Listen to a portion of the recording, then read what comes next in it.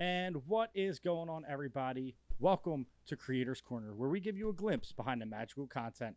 I'm Anthony, and tonight we have maybe the most talented guest we have ever had, and it is Sage from All Ears. What's going on, brother? What's up, man? That a very, very kind introduction. You're very, very kind. I'm pumped to be here. Seen you talked to the last couple guys, Breedlove, Quincy, and Emma, and I was like, oh man, when am I gonna get my shot, Anthony? What's come on, man? Yes, I reached out, and it was a quick yes, and that's awesome. Yeah, As you've heard, we are big fans of All Ears here. You guys are definitely one of our inspirations behind our channel, so it means so much for us, for Nicole and I, my wife and I, for you guys to lend your time for us. And honestly, this has been a hit with the listeners. They get to see how you guys are behind the scenes almost, and how you guys got started, because there is, a really, really tough hurdle to hurdle in content creating, and to jump in and dive in and kind of really, take that plunge into content creating. And people always want to know how you do it, the ups and yeah, downs of it. And All Ears, you guys are one of the biggest Disney brand, vloggers in the world. So, people love to hear how you guys do it, the nervousness, all that stuff. Like it makes them feel human when they get in front of a camera. I know, talking to Quincy on my first interview, she just put so much in perspective, and so much mm, she said went into what we do now. And as upcoming content creators, that means a lot. So thank you guys for taking the time to talk to me and talk to the audience, because this isn't only to help me, it's to help the audience as well.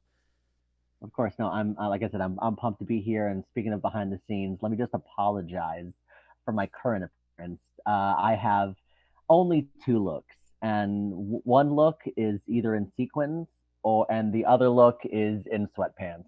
Yes. And you got sweatpants, my guy. Hey, So you got basketball shorts. That's hey, that's what I uh, I come home from work, basketball shorts. I love it. Yeah, and I was telling you earlier as well. Typically, I've got the whole office set up with all the Disney, the gifts and all the things. But recently, we have now learned that my office now bleeds, quite loudly into the baby's bedroom, and she's sleeping right now. So I'm Yeah. I'm I'm playing the dad game where I've got to just, hey, where's the priority? Sleep or cool background? I'm gonna go sleep for the toddler on this Yes. one. Yes, because sleep for the baby is sleep for you, my friend. And Yeah, as a man, parent, we learn that quick. We learn that quick. So right. yeah, anything for the kid to sleep. That's number one.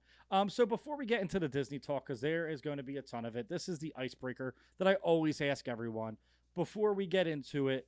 What other interests besides Disney do you have? And I know singing is one of them, and we'll talk about that. But what other interest do you have? Because we've only seen you on stage or in Disney. Yeah. You want to talk profession like hobbies professionally or just hobbies like Anything. Let's things that let's I do let's learn about Sage. Let's learn everything we can tonight.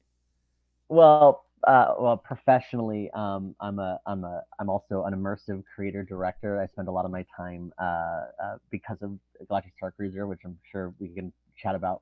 Is I've been able to branch off and work with other creators and directors, and even with certain companies that I can't currently name, but to build other things, which has been really cool. And definitely, to call it a side hustle would be it's not a side hustle, but it is not my full time job because this is. So that's been really cool. But work. Fun stuff. I love reality television. I'm big into reality What's your television. go to? What's Uh, I'm revealing a lot here, man. We're gonna. All right. So I love any of like the dating shows, the Bachelor, Bachelorette. You like? Love I is love blind, that kind of Love stuff. Is Blind. What is the Ultimatum? Perfect Match. I'm a huge Gordon Ramsay fan. I love Yes. all the cooking competitions. I would love to be called an idiot sandwich at one point in my life. But I'm big into reality television, which has, funny enough, kind of bled into kind of the stuff that we've been able to do Yeah, and for. Perfect channel and mix. all. Basically mixing two of my loves, which is Disney and reality TV, and also and also immersion and making this one weird ball of silliness. Other hobbies. I'm also kind of in my high teen, early 20 years. I was a puppeteer for a while, doing Muppet style puppets. Really? Yeah, it's I have a puppet. I would pull it out, but I don't have it. I have a puppet in my room, made by Heather Henson. Um, Not this room, my office. So like I just I like whatever brings myself and other people joy. I'm a huge fan of escapism. I think the world is already kind of Yep. the way it is. And I think providing an outlet that makes people laugh or smile or think differently than they would have, and we'll talk about this when it comes to immersive, is extending an invitation and letting you decide, how you see the world with through that escapism. I think is um, a fun thing that I get to do and that I love to do. So my hobbies are chasing bliss. Yeah. Yes. Chasing Bliss is the greatest hobby. Yeah, I like the Yeah. trash. I like the trash reality television show. I like the Housewives. I like Vanderpump Rules. I like anything where there's a lot of drama. And it's Yeah. funny because I was like, I'm not even watching this stuff. I'm like sitting there, I'm editing on my computer. Then my wife's watching it, and then I look up, and now I'm in it. Now I'm in it. Right now I'm like, what happens next? So then it Exactly. becomes Sunday at 8 o'clock. We got to get ready for Housewives. You know what I mean? Like that's Yeah. That's specifically when it comes to Bachelor Bachelorette. Know that on Monday it's going down. yeah. On Mondays it's going down. Yeah, that and the cooking thing. I mean, honestly, I love anything with Guy Fieri. You put Guy in it, I'm watching. It's just like Guy Fieri. Okay, yeah, rock and roll. yeah, Other than Chicken Guy in Disney Springs, I don't know much about him, but I know he's got a cool hair. So yeah. Diners, drive-ins, and dives. You have to watch it. Or Guy's okay, Grocery Games, or one of the 15 other shows he has on the Food Network. I think he's a I love. partner in the Food Network because he has way too many shows. Um, so now we know that you just love joy. Yeah. Disney brings you joy, All Ears brings you joy, and your cast members and your cast mates, I will say, like your All Ears team, brings you joy. Breedlove actually called you Disney royalty in our interview because both your parents, I think, were involved in Disney in some way. Yeah. Disney runs deep for me. So both my mother, uh, so she was one of the original Esmeraldas in the Hunchback of Notre Dame show at MGM Studios. She also did Superstar Television. So when Beauty and the Beast live on stage had Four for a Dollar. Do you remember four? I don't know if you remember Four for a Dollar. There was like an a cappella group that like showed up and um, sang right before um, Beauty and the Beast. When there was a small time that Four for a Dollar wasn't there, and they like did something called Studio Five. She's part of that. Like my mom has been all over. My dad also he was Victor. He was Victor in the Hunchback of Notre Dame show uh, when Animal Kingdom first opened. They had a Jungle Book show. He was Baloo. He also was part of Street Mo. My uncle Nate, he Wow. was a part of Street Mo. My now aunt, Ashley was Nate's wife. She was also a part of Street Mo. Um, when I went into my first audition as like, and I was so mad, I was mortified. Tom Mazzana, who is now a big wig in Disney Live Entertainment. I think I was auditioning for Hoopty Doo at the time. I was like 18, 19, and he was like, "Oh, Sage Starkey, I bought his first, I bought his first crib and things like that, which is not true, but like they like Yeah. to joke that if you know me for a long time. I Yep. mean, I tell you what, the '90s were wild. Because my mother was a single mother at the time, and if she didn't have a babysitter, I used to get to go backstage at Hunchback of Notre Dame at like in like 5, 6 years old, and I saw Mickey Mouse, and I saw like just but like Mickey Mouse. I remember. I'll never forget. It was one image. It was like Mickey Mouse, the Queen of Hearts, Buzz Lightyear, all on a golf cart backstage, just like driving to their location. And I was like, well, and this is what's happening. So yeah, I definitely have some unique experiences, and yeah, Disney runs deep. My mother and father were both also six bits, six bits and Dolly and Hoop to Do reviews. So I've been around. I've been around. So family dinners, growing up, was it all Disney? Was everything just Disney all the time? Well, not no. It's funny. My father hates Disney. Hates Disney. Cannot does will not go. Wow. Um, yeah, I mean, like he'll say a lot. He's like, hey, there's a reason I don't work at Disney anymore. I got in trouble a lot because in theater you're expected to do the same show every time, Hmm. 6 times a day or 3 times or whatever it is, and he just refused to. One time, I don't know if you know, one time in Hunchback of Notre Dame, he was the tall gargoyle Victor, and like running off stage, like right before he got off stage, he did a backflip, and he broke his toe, and just Oh. kept running because he thought it was scary. So it's it was definitely a silly dinner, They not don't Disney, but they don't silly. appreciate improv when you're doing a stage show at Disney. I'm guessing. You're right. Unless it called for like Streetmosphere, that was a lot of improv there, and he had a great time there. But no, they're pretty by the book over there. Yeah, that's awesome. It's Yeah. crazy that it's like, did you think like, okay, like growing up, you're like, I want to do something Disney, like I'm like it's in my blood, or is it just something that kind of fell to you and you're like, I guess I'm doing what my parents did? So I think I knew from a young age that I was like, this performing is what I want to do. It's all I've ever done. I am extremely fortunate and lucky that I have never had what you would consider a big boy job. Um, I've only an adult job. I've only ever performed. Like I said, it's all I know how to do, and that's just because it's all I ever wanted to do. Uh, it wasn't necessarily Disney. Even starting Disney content. When I was started Disney content like by myself uh, over the pandemic, even before I joined All Ears, um, it wasn't even because it was like, hey, it's Disney, like which because I love Disney, but it wasn't. It was just something that like I knew that I had a lot of experience in. I knew I had it was a great resource to me. I was super knowledgeable about it, and I was like, this similar to myself when I keep talking about escapism and joy. Yeah. This is another storytelling. This is another thing that brings people joy and storytelling, and let's combine those things. And so it wasn't necessarily like Disney calling me because of course I grew up around Disney. I had a little garage growing up, and that was like my space to put on my own plays. And I had the CD of Phantasmic growing up, and you better believe I had a fog machine at like age 10, and I was up. So of course I love Yeah. Disney, but I don't think it was ever like you know the calling to perform at Disney. But I'm really fortunate and glad that I've had the opportunities that I have had at Disney. So yeah.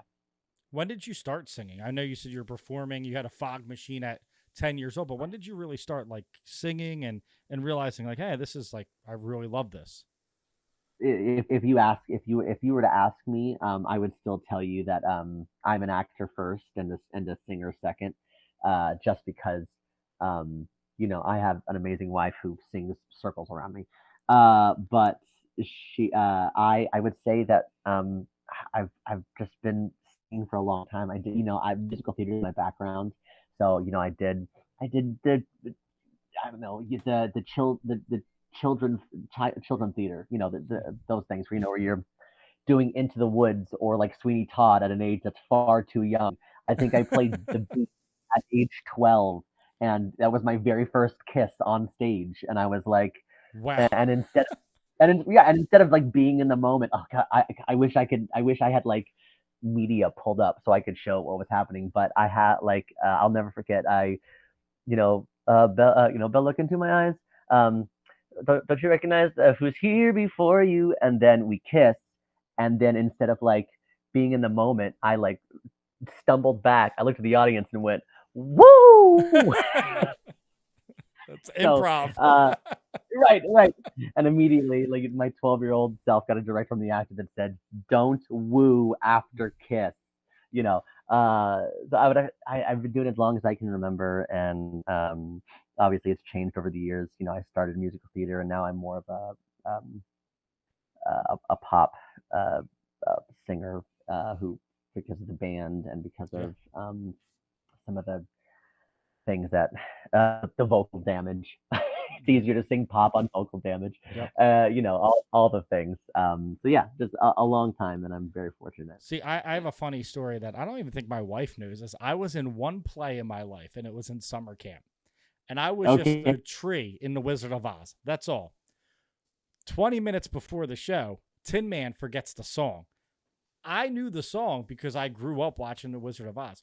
Now, they asked me, do you want to go be Tin Man? No, I don't want to be Tin Man, but I can teach this dude this song in 20 minutes. Oh my And gosh. he nailed it. And I was like, wow, I probably should have just been the Tin Man, though. But instead, I wanted to be a tree because I guess I had like some kind of stage anxiety or stage fright, which is weird because I never, again, had that, doing podcasts live in front of people.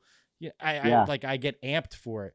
For some reason, those lights are different than other lights. Like in sports, I could play in front of, a bunch of people. When I went out there, I was like, nope, I'm still the tree. Like I'm definitely just going to be the tree.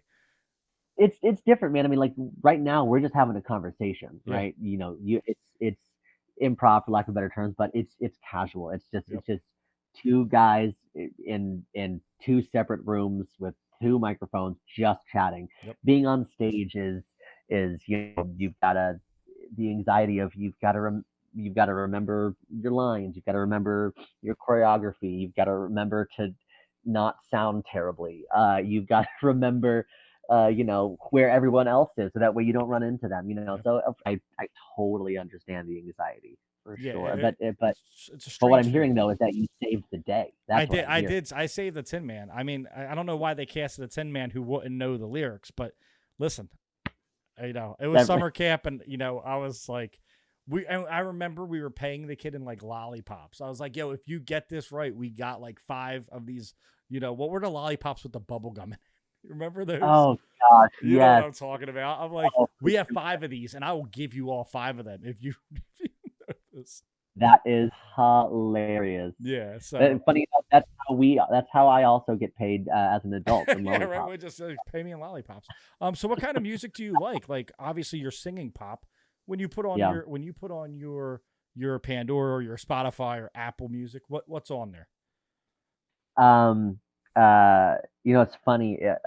I do have music that I like to listen to. But I think because I'm around music so much, I'm either when I'm in the car, I'm either learning music or I'm singing music elsewhere. So it's funny. I actually don't listen to a lot of music. Listen to a lot of Really, podcasts. really. Yeah, I listen to a lot of podcasts. I love Smartless. I Mm-hmm. don't know if you're familiar with Smartless with Sean Hayes, Jason Bateman, and Will Arnett. It's really great. Just mindless podcast. It's like reality TV. It's Yeah. mindless. Um, but when I do listen to music, it's a little um, uh, it's yeah. I would call it like a mix between funk and funk and soul. I don't know if you're familiar with Nice. Lawrence. Lawrence, No. the band. Definitely look them up. They're incredible. They're coming to the House of Blues, I believe, this coming weekend, and I'm going to go to their concert. I'm super pumped. That's awesome. Lawrence. There's another band called Dirty Loops, which is a Swedish band. Again, it's just like um, nasty chords and just insane vocals. And then anything that I can, you know, jam out to as well. Like Yeah. I think of music that sounds like Eye to Eye from a Goofy movie, but that's not Eye to Eye from Yeah. a Goofy movie. Well, listen, now Does that there's a make pop punk version of Eye to Eye because they released that new album, which I'm yeah, a big pop punk like emo fan. So like I was like, yeah, my worlds are colliding and I love it. You know what I mean? But yeah, I mean, yeah, speaking of soul, like there's like a little bit of a soul resurgence on pop radio with like Teddy Swims, and I'm like, I'm yep, kind of liking that because like I like Teddy Swims, like Alan Stone and those kind of singers. It's not as funky, but Yeah. it's like that soul kind of stuff. But Well, that's that's crazy. the album that I'm working on with some of my sound up people is taking Disney songs and kind of flipping them and doing kind of soulful funk versions. Oh, that's so cool. Yeah. So we do like a soul version of like "So Close" from Enchanted, but Mhm. it's just got like a great backbeat. Of course, we're gonna do "Eye to Eye" because You have I to. have You to. have to. You have to do But that. it's like a James Brown. It's like a James Brown version of Eye to Eye, which is gonna be super fun. So I'm pumped. Yeah, that's going to be awesome. I'm excited for that. I'm really excited. Yeah. So we're going to keep on the music. All right. You have a cover with your wife, and it's great, of one of my favorite songs ever. It just brings joy to my heart. Happily Ever After. If you're a Disney fan, you get goosebumps as soon as that first line hits. Here's my Yep. question. What was that like? And how many times did you tear up singing that song? Yeah. So what was wild is, excuse me. What was wild was I think it was over quarantine. My wife and I got married in 2019, and we have this picture of us, during our reception, sitting on a couch, and then the following year we took that same picture, obviously in quarantine, Yeah. sitting on our couch, but also in her wedding dress and me in my suit. Sorry, I've got a tickle in my throat. and and we were sitting around, and it was like, hey, let's just start. Let's just find our joy again, basically. And so, truthfully, we got our wedding video back, and we weren't in love with it. And so I said, we can do something with this. So I truly just wanted to make a better video for our wedding, and so I basically had Shannon and I sing, and obviously we like got emotional over it, and we Yeah. Oh, yeah. sang that, and I paired it with our wedding video, and now it's just kind of become like a staple of ours. Yeah. We were fortunate enough to sing it like live a couple times. When Jordan Fisher wasn't available, I got to sing it with Angie K, Yeah. for original singer, for an event. So it's just become like a really cool thing that I get to do now from time to time. Can I tell you a terrible story though? Yes. Let's hear Um, it. that everybody has, speaking of the Tin Man who doesn't know the words, there I am with Angie K about to sing Happily Ever After. Um, First time meeting her, she's super kind. She's like, hey, let's just do it. She's like trying to match my riffs. I'm trying to match hers. And she's like, all right, cool. One final time. We go into this final rehearsal. The lights go down. We're about to do full tech, smoke, all the things. And and I start singing. Um, uh, um, what's the second verse? Ready to begin, wanna take hold. I think it's the first verse. It doesn't matter. And then so I start the first verse. I'm like, ready to begin, let the wonder take hold. She starts singing, and then I just repeat the words. Um, ready to begin, and I just sang "Ready to Begin" 9 times because I could not remember the words. And this poor girl was just like looking at me like, okay, all right, yeah, he'll find it. And then we jump to the second verse, which is now we're on our way, Yeah. and I go, ready to begin. I definitely was out of my element, but with the performance itself was fine. But I was panicking. Yes. Oh yeah. Then you're scrambling. Then in your head, you're having that conversation with yourself. Like, what are you doing? You know this song, Yeah. and you just can't find the words. And then you get in your that I call it a hiccup, where basically now anytime I sing that song, I panic. I have this like brain hiccup where I go, well, I don't know the words. I don't know. I can't go on. I don't know the words. I don't know the words. Cancel it. Well, We're done. listen, you were And you were ready to begin. That's all people. That's all they need to know is you were ready to begin. A lot. I know. I was really ready to begin, and those people knew it. um, that's amazing. Well, being creative is kind of a crime, isn't it? You get your wedding video back, and you're like, "This, I don't like it. I'm gonna change this now." That's Yeah. sounds like something I would like. I'm like, no, I can edit it better. Let's just scrap this.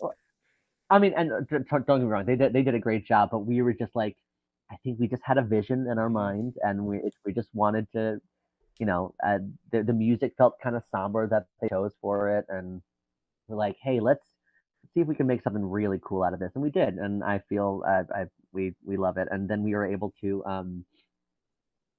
uh, drop the album on or the album the single on Spotify, and Yep. people are super kind about it. It's So, on my Disney playlist. So, well, thank you.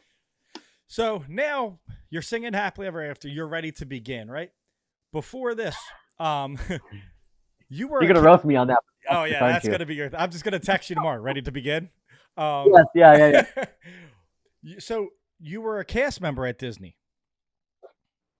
I was, yeah. I've been a cast member on and off since 2012, on and off. How I does it? How does started it on and off? Do you leave and then go back, or is it like by we're project? we're dropping real news right here, Anthony. I have Okay. been fired from the company twice. Wow.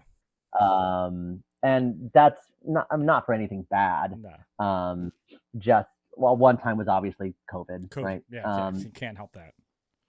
And the other time was at age 17, I was friends with some of the taller peeps, and also I was a puppeteer at um, Playhouse Disney Live, and live on stage, and it was just a summer thing. Like as like a 16, 17-year-old was like, I got a job at Disney for the summer. Yeah. That's crazy. And then the fall came around, and I was like, well, guys, got to go back to school. I emailed like Disney or like whatever, Yeah. however you use in the hub. Got to go back to school. See you guys next summer. And I just stopped checking my emails because why? I was 16 years old, Yep. and they were like, no, you're part time. We'll see you next weekend. And then I just didn't show up for work 4 days in a row, and I got fired.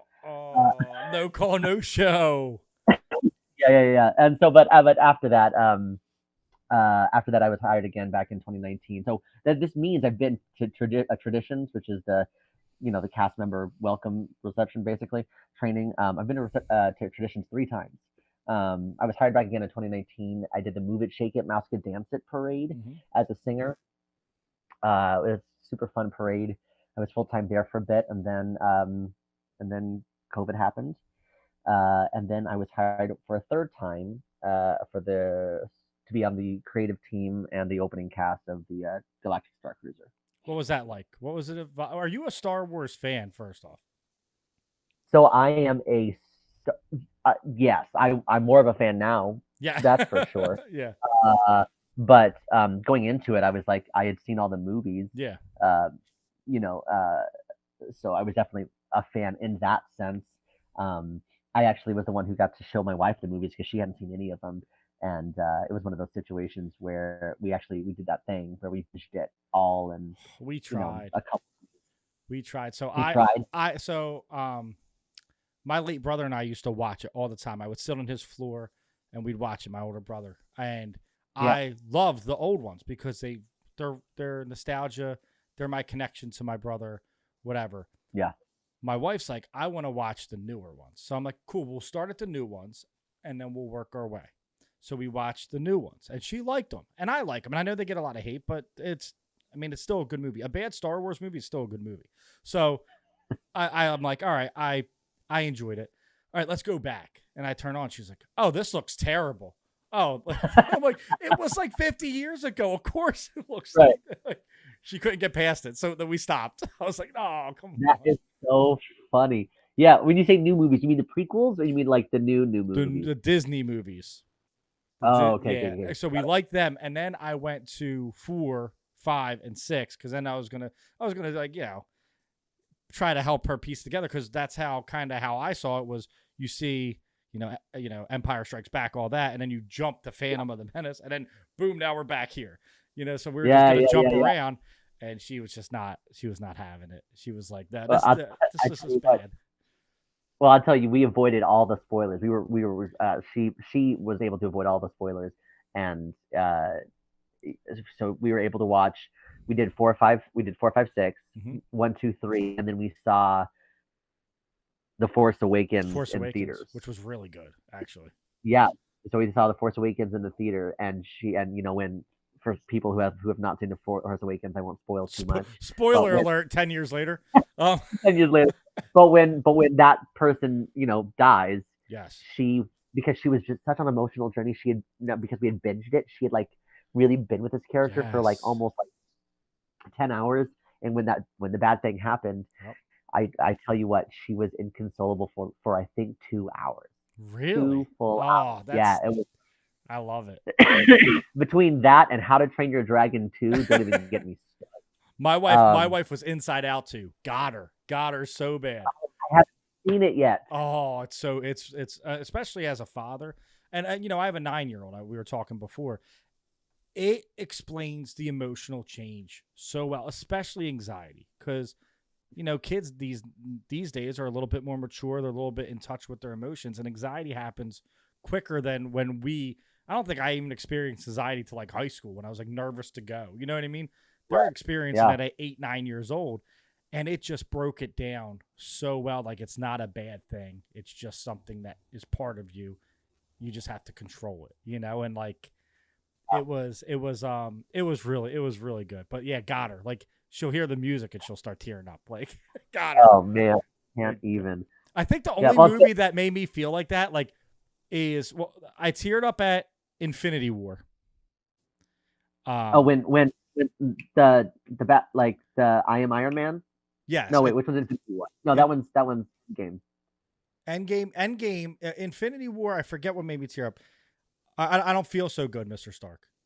Oh, right. Endgame. The first scene, the kid disappears from the finger snap. Yeah. You can't do any, like, the kid thing and the pet thing. Anything happens to kids or pets in a movie, I'm a mess. Like Air Bud, when Air Bud, the kid throws the basketball to get the dog to run away, I'm sobbing. Yeah. No. Hey, by the way, don't watch I Am Legend. Whatever you do. Oh no, that got me too. Yep, that got me too. I'm like, man, the Fresh Prince would never do that. Okay, would never. The Fresh Prince. The Fresh Prince would never do that. So, but to answer your question, though, for the most part, I was not a hardcore Star Wars fan, but now obviously I am. What was it like acting and then getting into that kind of groove? Like, I am a character in this universe now. Well, I'll tell you what. Being able, I've said that a lot during this. I'll tell you what. I couple things. I don't think if I will ever get, because I got the chance to work with Disney, and our creative team one-on-one to basically build a canon character, which I don't for Star Wars, which I don't think I will ever get the opportunity to do that again. That's like a bucket list. Yeah. Right. And when people search Sammy, Sammy the mechanic, right? Like I'm the person that 9 times out of 10 shows up on like Google or something, which is just absolutely wild. Excuse me. But the other thing, so that was wild. The other thing is, we're gonna get into Star Wars, like a Star Cruiser conversation. It is one of the most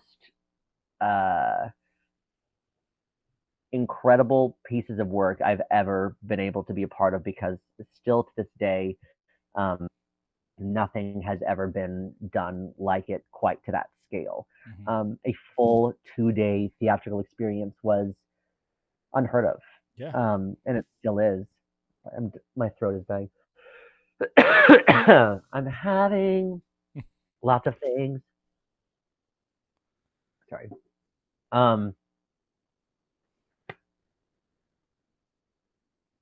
So when it comes to Galactic Star Cruiser, and I'm not going to sit here and obviously talk about the price, because everybody wants to talk about the price and all the things. And I think a lot of the upset around it was, I don't think it was, I don't think it was marketed well. I think that calling it, a Star Wars hotel, which yes, it is technically a Star Wars hotel, but not calling it what it is, which is a 2-day theatrical experience. It's an experience, It's not just, you don't go there to sleep, you go there to be immersed in the universe, that was always my thing. Like, they did not market that. Like, who wouldn't want to stay there? Price wise, yeah, I get it, but who wouldn't want to stay there? And the goal is the goal is by the end of those 2 days, you have now just made your own movie, Yep. right? So one of my favorite small things that not a lot of people notice, but at the very end, after the finale, they play that iconic Star Wars credit movie. Why? Because the movie just ended. So like you can now go home because the credits have just rolled. So now you can break here, whatever you feel like you want to do. You want to say thank you. It's just that you have made your own movie at the end of those 2 days. So living in that skin for 2 days was really cool. Was really I thought I knew what immersive was.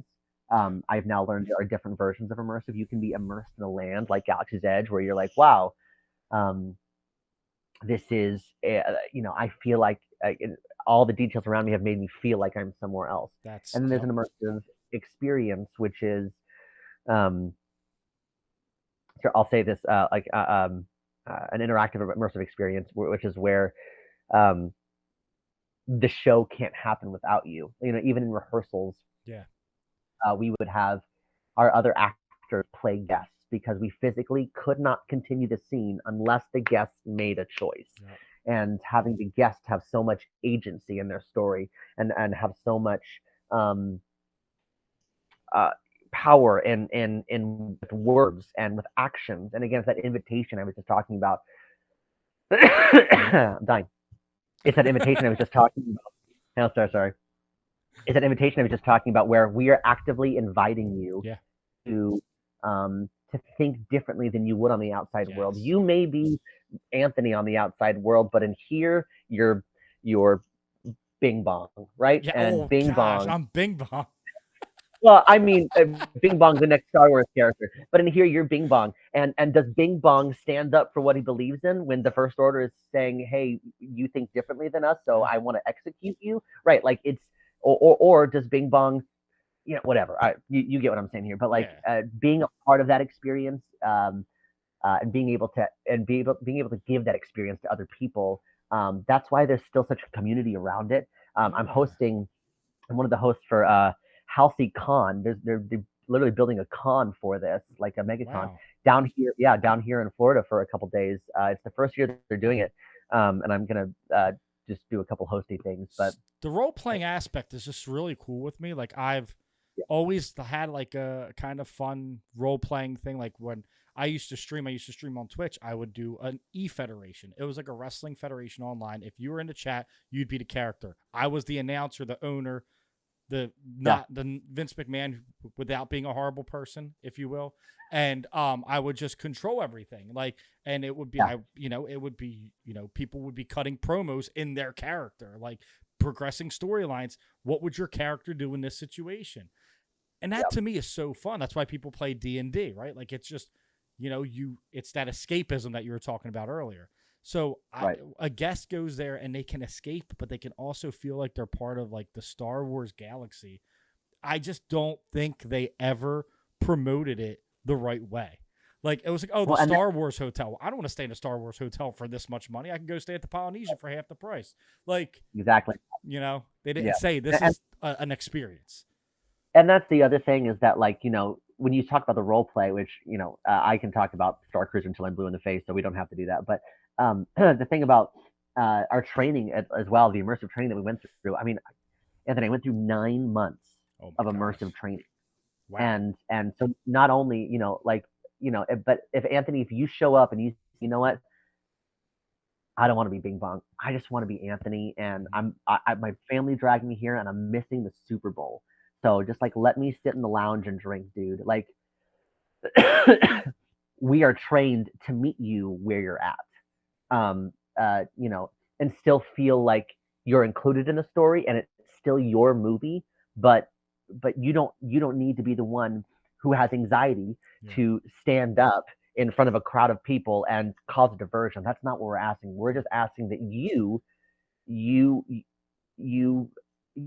play out the story the way you want to, and we will meet you where you're at. So it was a lot of people reading. It was a lot of personality reading, dominant personality, that kind of stuff, right? All of it. We had cards, right? We had cards 1 through 10, and we had basically like we did these training exercises where we didn't know, like or one of our castmates would choose a cards 1 through 10. Let's say they got a 7, and then they would have to act as if like one being like a player who does not want to play, 10 being the Yeah. player who really wants to play, who has crazy boots and a wig. You know what I mean? And Like they're in it. Like, yeah. right. And let's say I've got a 7, and so like I'm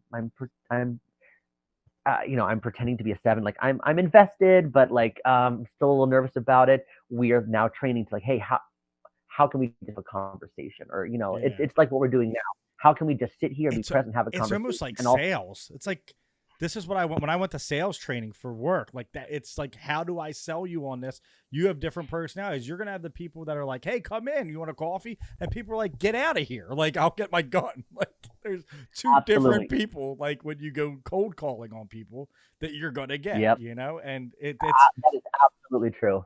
That is it absolutely true. I it's a bad word for it. I don't love this word, yeah, but it's almost manipulation training. I don't agree with that word, but like yes, when I say that, it makes it tends to click more for people. Where we have a storyline, yep, and that story is A, B, C, and D, but now through a little bit of like creative manipulation, you are now telling me how we get to A, B, C, and D, right? So yeah. now you have agency. So it's a whole thing. It's so cool to like see how that 9 months of training for that is amazing. Like I think that, and it's awesome. Like you get to use that, but then you could use that kind of people reading skill in everyday life, which is super cool as well. I'm sure people run up to you in the parks. You're recognizable, and now you can kind of read people's personalities, which is super cool. It's super cool, and it's funny you Yeah, mentioned you mentioned the Super Bowl thing because yeah. we just booked Disneyland for February, and I booked it the week before the Super Bowl because I did not miss the Super Bowl. Oh my I'm like, gosh. it's cheaper Super Bowl weekend, but you know what? The Eagles might be in it for the third time in my life, so we're not gonna go. That's right. That's right. Priorities. Yeah. Priorities. You guys got them there. That's awesome. So did you ever envision yourself like doing all ears content? Like, did you ever like watch vlogs and go, hey, like that's what I want to do? And or was this something like you have the background, you're like, I just, let's see how this works? Yeah. It's funny. Again, quarantine was a wild time, Hmm. right? And you know, I'll be honest. There was I watched a couple vlog like that ended up being like something that I would do sometimes just for like my own escapism. Yeah. Um, watching like past vloggers or like going on like Disney cruises, literally with a Manhattan in my hand. I Yes. just like, oh, that's fun, you know. But I never, I didn't get an opportunity to really watch All Ears Net or Disney Food Blog. I mean, they were on my radar, Yeah. um, but I was a very low level YouTube watcher. Yeah. Uh, then and then I kind of started doing my own thing over quarantine. It was never YouTube, or it was kind of YouTube. I did these fun like YouTube, it was mostly for Facebook Live because that's where like it was like a show to do It for was my friends. friends. Yeah. Uh, exactly, and then I also like streamed it to YouTube Live, which nobody watched on YouTube because nobody followed me at the time. Yeah. But I did these couple things. One was called Disney Game Night, Hmm. and it was basically a live stream show where basically I put together a bunch of like just like Disney trivia, or maybe sometimes we did Disney Family Feud or name that tune, different things. I always had like a couple guests with me. Like in the screen. Um, who played games along with me, but I always had the comments like answering questions. So I did like that kind of show. I also did something called, which is not family friendly, but it was called Power Hour, Hmm. where basically I in an hour we wrote a 15-minute play. Oh man, that's Um, great. yeah, and obviously it was definitely not for it was not safe for work language and things No. like that because it's also a drinking game. So while we were writing this play, and we were taking suggestions from Facebook Live and YouTube and things like that. We would, at one point, if there was a secret word, a commenter could write, let's say the takeover sandwich, then we would all have to take a shot or something like that. Yeah. So we do fun things like that. And then at the end, we would like act out the 15-minute play, which was very silly. So I did that kind of content. But again, I was just mostly silly things on my TikTok and my Instagram, which picked up a little bit of a following. And then I met Quincy. And then I met Quincy on the Galactic Star Cruiser. She was one of Sammy's like people, one of my my crew, and we just started chatting on Instagram after the cruise, and like, hey, great job, yada yada yada, just just friendly chatting. Thanks for all your help. I owe you space booze, all the things. And then and then I get a text saying, "Hey, I know you don't have time for this, but we're looking for, um, a male YouTube face. Any recommendations?" And I said, "Wait a minute. I decide what I have time for. Yeah. Oh yeah. uh, don't tell me what I don't have time for." Yeah. And so I was like, "Hey, let's give it a shot." And then the rest is history. That's amazing. So you got recruited by Quincy for all ears. Yeah, I got recruited by Quincy and one of our off-screen producers. That's awesome. Yeah. Quincy was the initial buy-in, and then the other producer was the one who reached out and had all these conversations with me, and it's definitely been a wild ride ever since. Yeah. Your relationship with Quincy is like one of my favorite on-screen ones. It's just like that brother-sister vibe, and Yeah. I love it. It just reminds me like hanging out with my sister, like just the way you guys are. If you're running late, if she's running late, like it's just you guys play off each other really well, and it's really fun. What was it like when Yeah. you? All right, so now now I'm all ears. I'm a vlogger now, right? What was it like being on camera for the first time? I know you've been on stage. I know you've done a bunch of things. A little nerve wracking be on camera for the first time. It's funny because like I've done I've done film and I've done TV, so like but there's a crew, right? There's being by yourself. Vlogging is extremely vulnerable. There are a lot of eyes because it's just you by yourself holding up a camera, and you've got the people walking by. Whether it's the judgment of like, oh, look at that vlog over there, or just like, or even if it's distance, like, wow, I wonder what he's talking about, what he's doing. I also have a huge stuttering problem, which my editors hate me for. Not actually, but just my brain does work faster than my mouth. Yeah. And so when I'm talking about something that I'm like not super confident about, I tend to spiral. Yeah. And that was a lot of me when I first started filming. There's a lot of stuttering, a lot of figuring out what I'm trying to do. I mean, I still stutter and I still the anxiety never truly goes away. It just gets better. I mean, people talk about Emma and team anxiety, all the time, and we all have branches of team anxiety because we also have a lot of pressure because we want to do the best that we can. We want to show out. We want to make sure we're providing valuable content for people planning their trips, but we also want to, me specifically, we also want to be funny and entertaining, and also, but like not play for the laughs, just be genuinely funny, which is not always easy. And also we want to make sure we have a great relationship with Disney and with Universal, so we want to make sure we're representing ourselves there, getting in the way of guests. So it's a lot of it's a juggling act. So starting wasn't easy, but it's definitely it's gotten better. It's gotten better, and I love my crew. Specifically the girls. I spend the most time. Specifically, I spend the most time with Quincy and Emma. And we've become kind of like the three best friends anyone could have.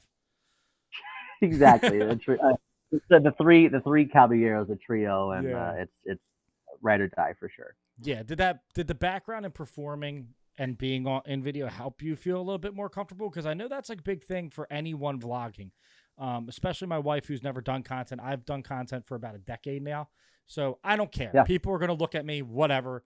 You look at me, you might watch me on YouTube later.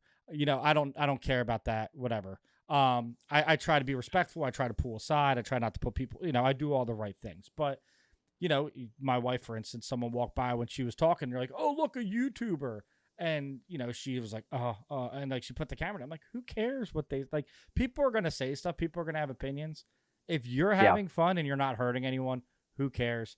Just re-record it. Let's go. You know what I mean? And that's the biggest thing is not feeling comfortable with the eyes on you, right? Yeah. You've had eyes on you before. Did that kind of help balance it out? Like, oh, I've performed in front of people before. This is nothing. Or was it still like, oh man, that guy's looking at me right now? You know what's funny is I can perform for it's the thing that I say, like, you can perform for 1,000 strangers, right? Yep. But the second you're asked to perform for two people in a room, it's more intimate. All bets are off. Yep. It's more intimate. All bets are off. Even two people that like maybe know you, like two fans, never forget about it.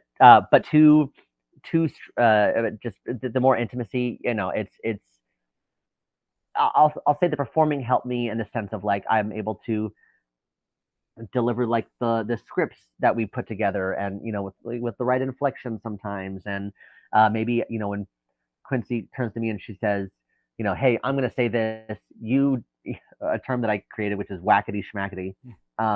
It just means say something funny after this that makes this entertaining.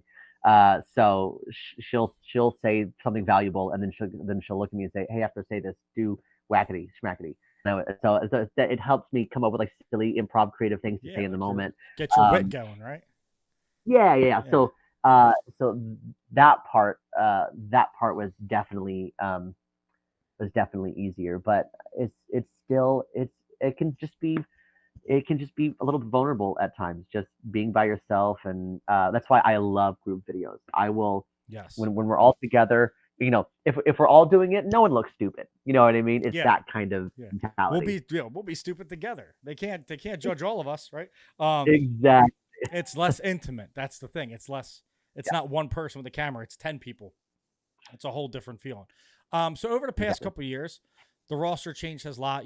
Molly leaves all ears, and then you kind of step up with Emma and Quincy, and now you become like the faces of the brand.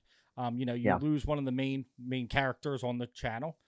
Now it's okay, Sage, your turn to be one of the main characters. What's that process like? To be like, all right, I'm on the video. Okay, now I'm in a lot of videos. Yeah. It's the process was really, I'll say, a trial and error on screen and off screen. Mm-hmm.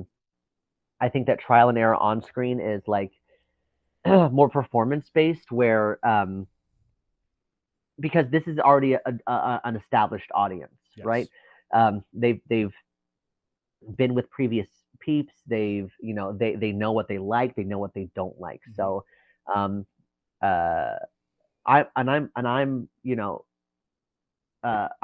also a dude, Exactly. No, that's I mean, yes, 100%. Breedlove is on the channel, but the channel is female led, Yes, so I kind of have to figure out on screen, what plays, what doesn't play, is this like wild and wacky, crazy energy.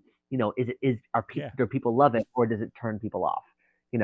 So there's that on-screen persona that like is trial and error, but then also there's the behind the scenes trial and error that we look at with like analytics and hey, these solo videos that Sage is doing, are these playing the way we want them to play? For branding purposes, when Sage is drinking a bunch of Manhattans, do we want his brand to be that? Because the more he continues to do it, the more people are going to associate that with him. So it's also, because it's still me, the people the thing that I show on camera is still me. It's you turned up a little bit. That's all. Exactly. You turn it up. It's any content. Exactly. I call it the phone voice. You don't answer the phone. Like I'm talking to you now. It's my podcast voice. If I would like, Right. yeah, I talk like this, but I'm showing a little bit more energy. I'm keeping people engaged. It's your phone voice. Exactly. Hey, how are you? When you're like, yeah, what's up? Like, it's that That's different exactly it. level. It's you. You turn it up. You turn the energy up. I Yeah. think, and I think you guys done great. And I'm a fan of what everyone's doing. That was associated and is associated, and I think it really. I saw the team come together and really like start creating. It had a different vibe to it, and difference not always bad, right? Different was good, and everyone's doing well, and that's all you can hope for. But like I saw the team come together, and I told Quincy this. I saw her take that leap where like it was just day and not like she was always one of the faces, but then she was like, I am like it felt like I'm Iron Man, like I am all ears, Yeah. like, and it was just amazing to see. And then you're in more videos, and then Emma comes on and starts killing it, and it was like wow, and it felt like a family coming together after like all right, we need to this happen. Now we need to do this. I always associate this with kind of like a sports team thing, right? Mm. I could have a favorite player in my city, right? And then for me, it was Brian Dawkins. He was an Eagle for how many years? We liked him. We loved watching him. He left. He went to the Broncos. Now we could still support him, but I still wanted to watch my team too. You know what I mean? And you could support both, and it's just like it's a business at the end of the day. So that's how I kind of associate it with. But it's like, how does your team come together after losing someone that's been there? And sometimes, there's trials and tribulations, and I think you guys really did thrive, and I mean that. Well, thank you for that, man. And also know that it's like it's a moving target, and it will continue to be a moving target because even though we are together now. I mean, social media is a beast. Yeah. It's ever changing, and you know the the reality TV show stuff I'm throwing in with the Bachelor and the Yeah. Trader thing. Like Yeah. all those things that worked last year might not work Yeah. next year Yep. because it's just not what's happening. So I think what's important is that the team just continue to rely on their strengths, and then also for the audience to just be honest and be like, hey, we love this, or hey, we really love this. you know, Yeah. Well, that's one thing I can say about you guys. You really do listen to your audience, and you really do care what your audience thinks and says. And you guys yeah, are in the chat when your videos drop to prove that. Like to have those conversations and to check to see people's reactions. And I think that's so important in growing a brand. Now, Quincy went into analytics like I've never seen. It was like watching the movie Moneyball. Like it was crazy. I was like, okay, like if I ever need someone to just sit me down and just give me a YouTube like crunch, like this is what you need to do here. This like she's the girl. I just think that, listening to the fan base is something you guys do really well. And I think it's people wanted to see games. And then you weren't just like, let's play hide and seek. Let's play hide and seek. Let's play hide and seek. While we love hide and seek, you're like, let's try different games. Let's bring in yeah. different games. Let's, capture the flag was super fun. Like that, Oh, like that kind of stuff. You bring in these games, you bring in the Bachelor, like it was just super different, but it's super fun because you're like, you like games. Now it's a trial and error of what games you like, but that expands it and gives you more content, right? Because now you're yeah. you're trying different things. And full disclosure, Anthony, like I 90% of the time, 80% of the time, I'm only pitching things that I want to do. Yeah. You know what I mean? I'm not like, I'm not sitting here, you know, trying to. It needs to be a mutual relationship. Yeah. And also if you don't believe that I'm enjoying what I'm doing, then you're not going to buy into this. So, which is why I pitched things like The Bachelor, Trader. Uh, Emma and I randomly one time we both pitched at the exact same time. We both had it in our like channel. We both pitched The Godfather in Disney Oh World. my We gosh. didn't we don't know what that means. We didn't have any concept other than we somehow gamify the Godfather. Like Guest appearance there's from the something Italian man right here. Come on. Like, I'm a exactly. fat Italian guy. I have to be in this somehow. Oh my gosh, you're a trip. No, yeah, yeah. Like I mean, it's just like we just need to enjoy what we're Yeah, doing, exactly. and that's half the battle. So yes, it is definitely for the viewers, but also it's also for me. It's got to be for yourself, and Yeah, yeah, that's another great tip for any content creator, right? Like, do what you like, right? Like, our in park content does better than our resort tours and our dinner sure. reviews. But guess what? I Yeah. like taking my wife out to dinner, and I love food, so I review food because that's what I like to do, right? Are Like, you? What's your best meal that you've had on Disney property? it's always Topolino's. It's always Topolino's. Always. Like I went last trip. We went in August. I did Le Cellier. I'm like, this is the best filet I ever had. And then I go to Topolino's. I go, no, wrong. This is the best filet. This is the the best pasta. The vibes are immaculate. Like it always goes back to Topolino's. But that's the thing. When we started this channel, we weren't going to Narcoossee's. We weren't checking out all these different places. Like now Right. we're like, hey, we haven't eaten here. Let's try it and vlog it. So it Yeah. gives us a new experience. It gives us something we like. And guess what? It's a date night in Florida. So it's vacation to us because we live in Jersey. So we get to fly there, have a date night or 3 or 4 in a row, and we get to record it, And it's, of I love course, that. I will tell you the funniest thing is like, so we were recording our Topolino's vlog last time, and it was our first time being recognized. And I always said, like, Oh wow. I've talked to like Bree Love about like, we're not recognized yet. We're not going to get recognized yet, but we're sitting there. And of course, like I'm drinking because we're in the Riviera. We're staying Nice. there. It's like a dream come true. They have Italian margaritas. I'm like 3 deep in it. So, I'm not like a huge drinker like that. So I'm drinking. And of course someone comes up and goes, hey, I love your content. I follow you guys. And I'm like, what? And I like cut the camera and I'm like, wait, did I say thank you to that guy? I felt so bad, right? Luckily, I saw him at Topolino's and we talked for like 20 minutes after, like when off camera. But I'm like, whoa, how do people like Sage and them do this? Like people are like pointing at you when you're recording and it's like, you got to stay focused, right? And I'm like, one person came up to me and I was like, like totally was in shambles. Yeah, I'll be honest. That meeting people is this might be crass. Meeting people is like definitely half my paycheck for sure. Like it's like the thing that makes it like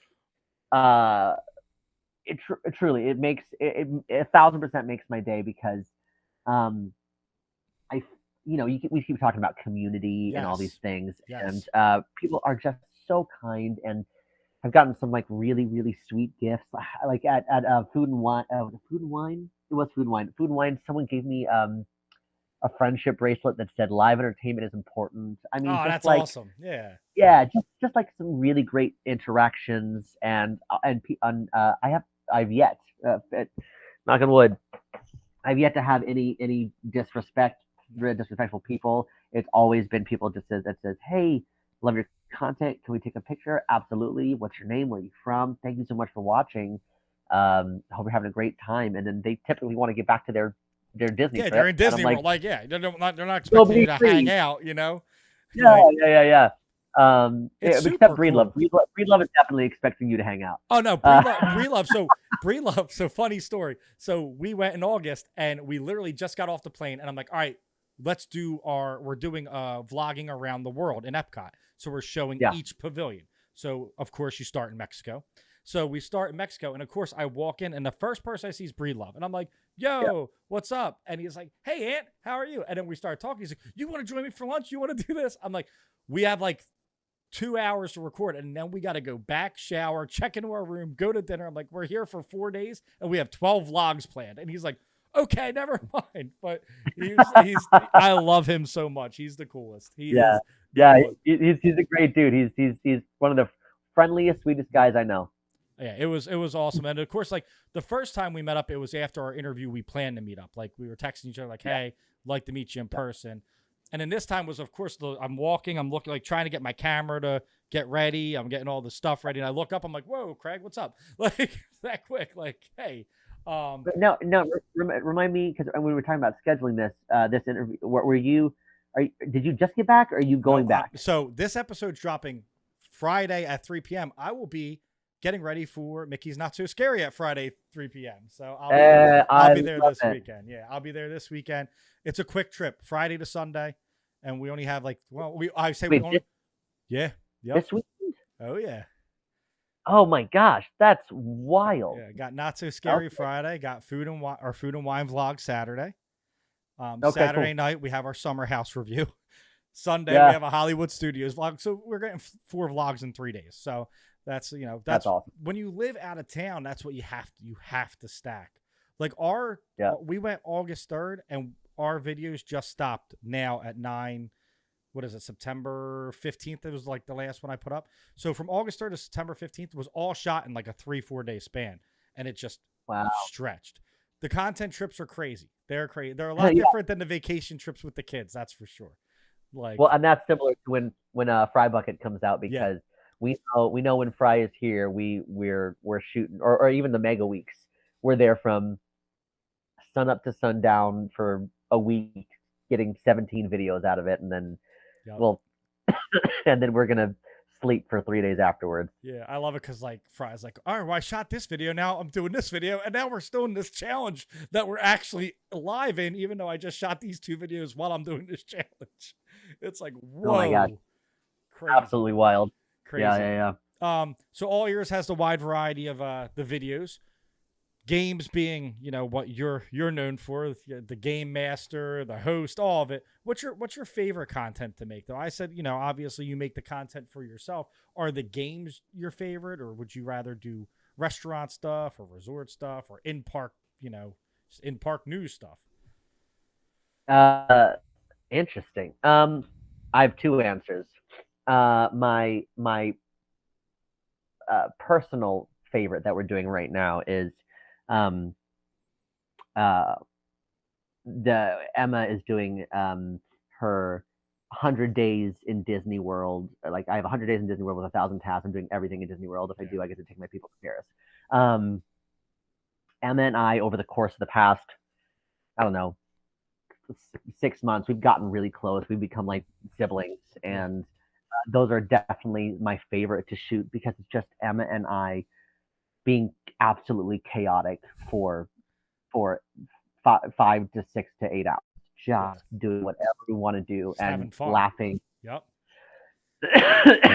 Laughing from 9 a.m. to 6 p.m. just having fun.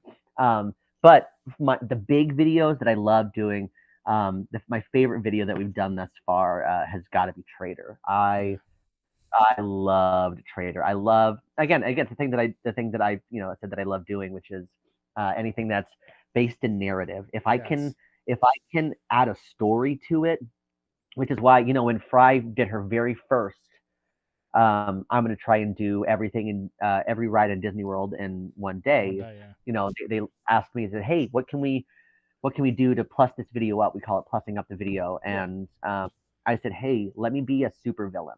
I'm just going to be a super villain. That's how Dr. Allfierce was. I'm going to be a super villain, and I'm going to throw in some comedic relief, and I'm going to try everything that I can to stop Fry. Yeah. And this like silly super villain was born out of it. And this October, I believe he makes a reappearance, which I'm very excited about. But anything that I can add narrative or story to is definitely my favorite thing that I channel. See, I love the hide and seek, because first off, trying to find people in Disney World is crazy. Like, Breedlove and I were texting, and we were standing like 5 feet from each other. I was like, I don't see you. He's like, I don't see you. And then it's like, oh wait, there he is.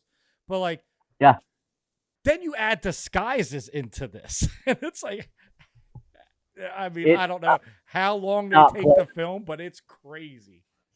It was not planned. That first time we did the hide and seek tournament, with me and Breedlove, all of a sudden, I like had this inkling about Breedlove. I was like, he's being real wonky right now. like I feel like he keeps asking to go to the bathroom and all these kind of things. Like I feel like he's got something up his sleeve, and that's when he changed into the all black. And I didn't know that. I was like, something's being wonky. I'm just gonna buy a yellow hat and a yellow. I literally I with remember my you own buying. money. Yep.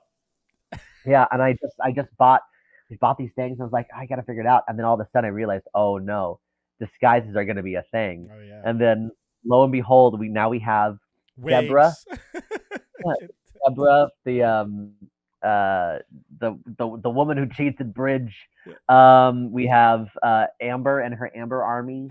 We've got all these like silly characters now that we've pulled into the all ears multiverse, and All there's multiverse. it's That's great. so silly, it's so fun. And then again, that's another way that I try to add narrative is, Quincy's like, hey, how can we spice up this video? And I said, well, hear me out. What if Deborah Yeah. and Emma's character, Yep. we just sat in Storybook Circus and just roasted Disney. How about that? She's like, all right, let's try it out. You know what I mean? So it's just silliness. And that's what, again, like, we go back to creating what you love. You like, this is fun. This is what I love doing. And I feel like the stuff that you love is eventually going to be the stuff that your passion comes through, and it's going to be your most successful videos. Like, that's why I keep doing the food reviews. Like, they're not the most successful right now, but I love it. I show my personality more. It's like it's my element, right? So I feel like, just keep doing them, and eventually one of them is going to be like take off, and people are going, oh wait, they do food reviews. That's all. All it takes is that one click, and then you never know. What advice would you give to people that want to get into content creating? It's the thing. It's the thing that I always say. Even when I've had people ask me in the park as well, like, "Hey, I'm trying to get into it. What can what do you say?" And then I always say is, for the love of everything, it is a sprint. Sorry, it is not. It is a marathon, not a sprint. Um, it, People expect, and I'll be honest, I was that person over quarantine. I was like, I'm gonna make a couple of videos. I'm gonna get some views, and then I'm gonna be doing this full time. I'm gonna make a bunch of money, and then I won't ever have to audition again. People are just gonna call me, hey Sage, you want to do this thing? I saw your content. And I said, absolutely, I'll be there. Your Fly TikTok me there. blew me away. You want the starring role in the new Batman movie? That's funny. Your TikTok blew me away. That's great. Yes, exactly that. And that's just not real. It takes a lot of work. Your video is likely going to be seen by 5 people the very first time it goes out, unless something crazy happens. But it's so. What's important is, I would say, find a niche. Make that niche something you are passionate about, something that you love. Do as much as you can with it, and try that niche out in different ways until you find something that you love and that people respond to. And have a good time. Have fun. Number one. Have fun. We've been talking about this entire time. Escapism. Yep. Just people are literally watching you on the television, on the computer, on the toilet, or in the car. They're watching you to literally forget about where they are. So just like have fun. And steps off soapbox. Yeah, right. Now, my thing is too is so I used to do this thing called Rant with Ant. It was a wrestling podcast. It got pretty well known. I was getting pictures with people at WrestleManias and stuff. People were coming up to me and asking for pictures, and it's really cool, right? But don't let it become your personality.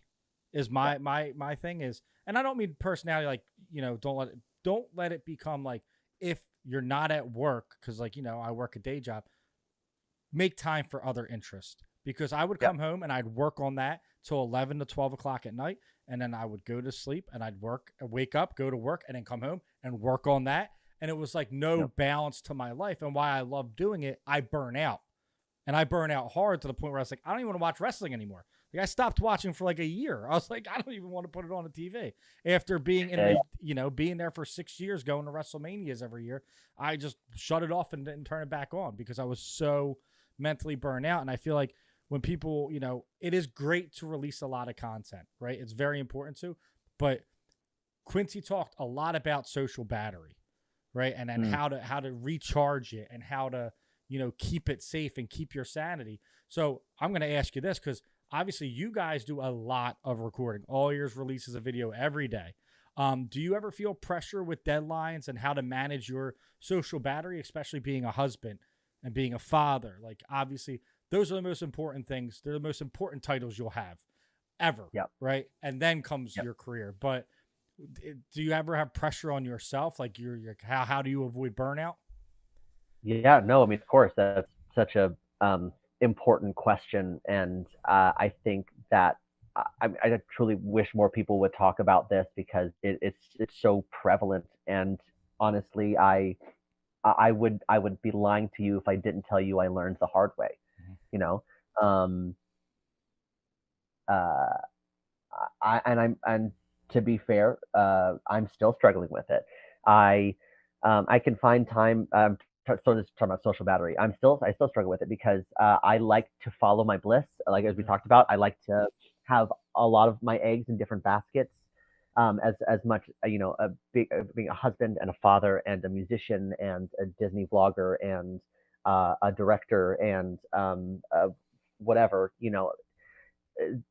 those things take time. And so I, I'm a little bit of an extremist. Yeah. What I do is I work hard and I play hard. Yep. Um, and Quincy will, Emma will also laugh at, they will um, confirm this, is uh, I do a bunch of things all the time, like, for 2 weeks, I'm nonstop, and then my kid and all the things. And then my wife and I, we tend to take a lot of staycations. Yeah.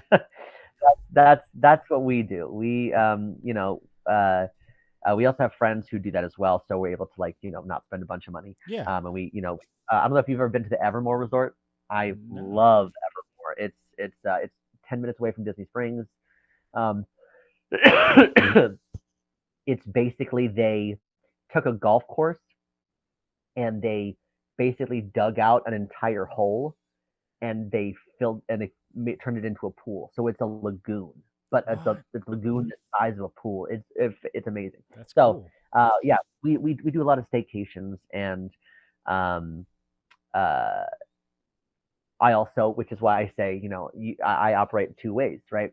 I'm either in sequins or I'm in sweats, and uh, after we get we stop chatting, I'm gonna go watch some terrible television with my wife, and probably have a drink Yeah. and enjoy myself. It really is about balance, but also know that I know that anybody watching, I validate you that Yeah. that balance is hard. Yes. Balance is hard. I'm still learning how to balance because I want to do so much, but there's just not enough time.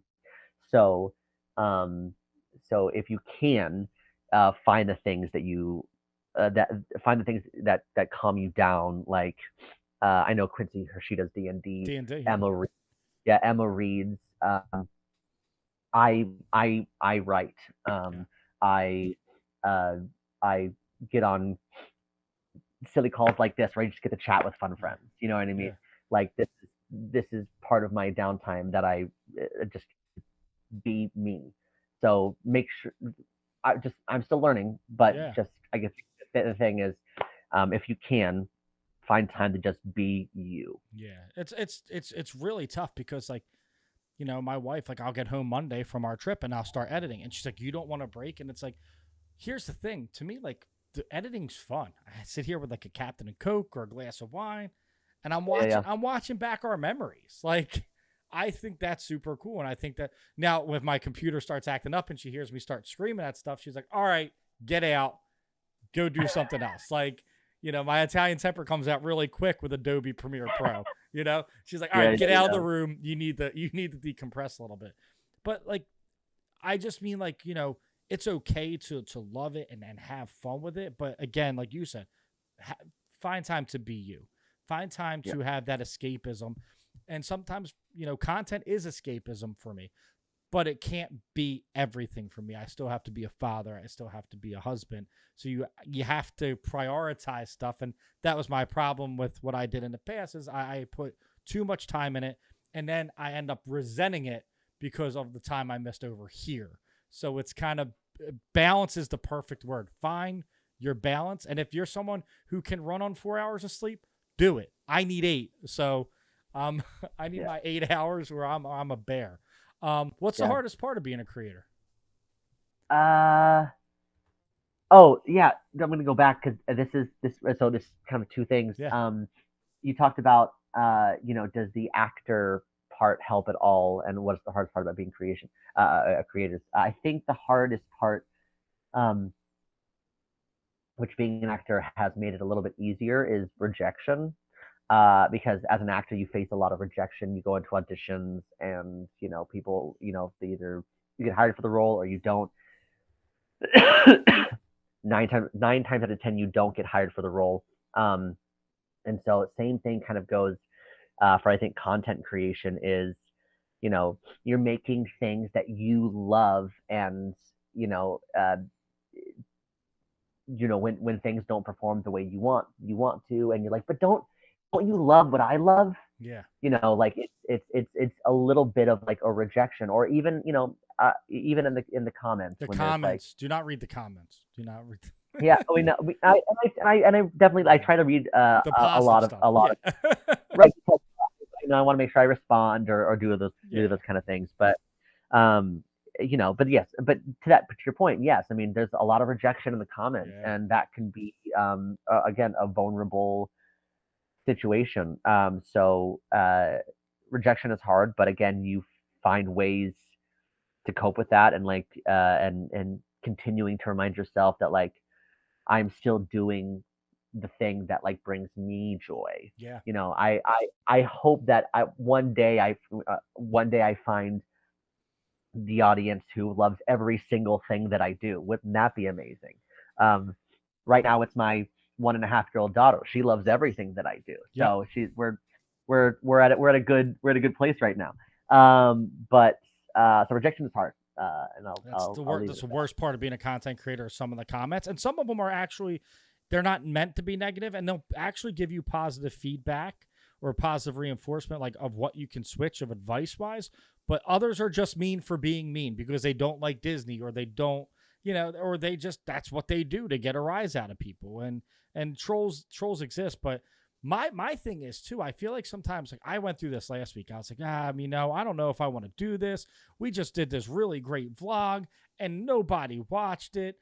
And it was edited so well. It might have been my best one. And I was like, complaining. And then next morning I woke up and it was YouTube recommended and it went from like the 80 views to like 400. And I was like, oh, all right, I complained for no reason. But it happens. You'll be like, this is our best video ever. And it's like, it doesn't get the hits you want. It doesn't reach the Yeah. people you want.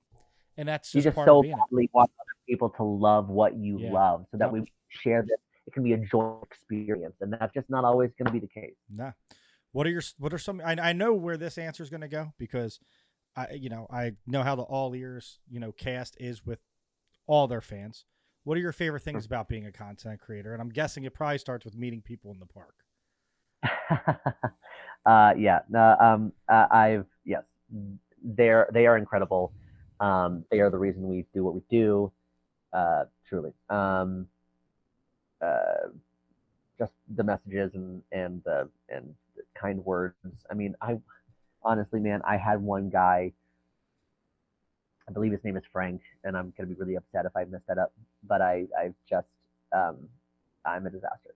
But he remembered that I lost my sunglasses in a video like 4 weeks ago, and he like on his trip to Disney World, he brought me sunglasses just to make sure that like I was like so awesome. just Yeah. kind people doing kind things, and so yes, fans, viewers, without a doubt. But uh, other favorite part about being a content creator is that I'm actively creating. Yeah. I know that sounds like cliche, but we're we are actively creating new things every day. It's not, it's where as much as I love theater and I love performance and I love all the things that I do, you are still doing the same thing every day. Yep. You are you're showing up, you're putting on on an outfit or a thing or doing a sound check, and you're singing the song the way you always would, unless whatever.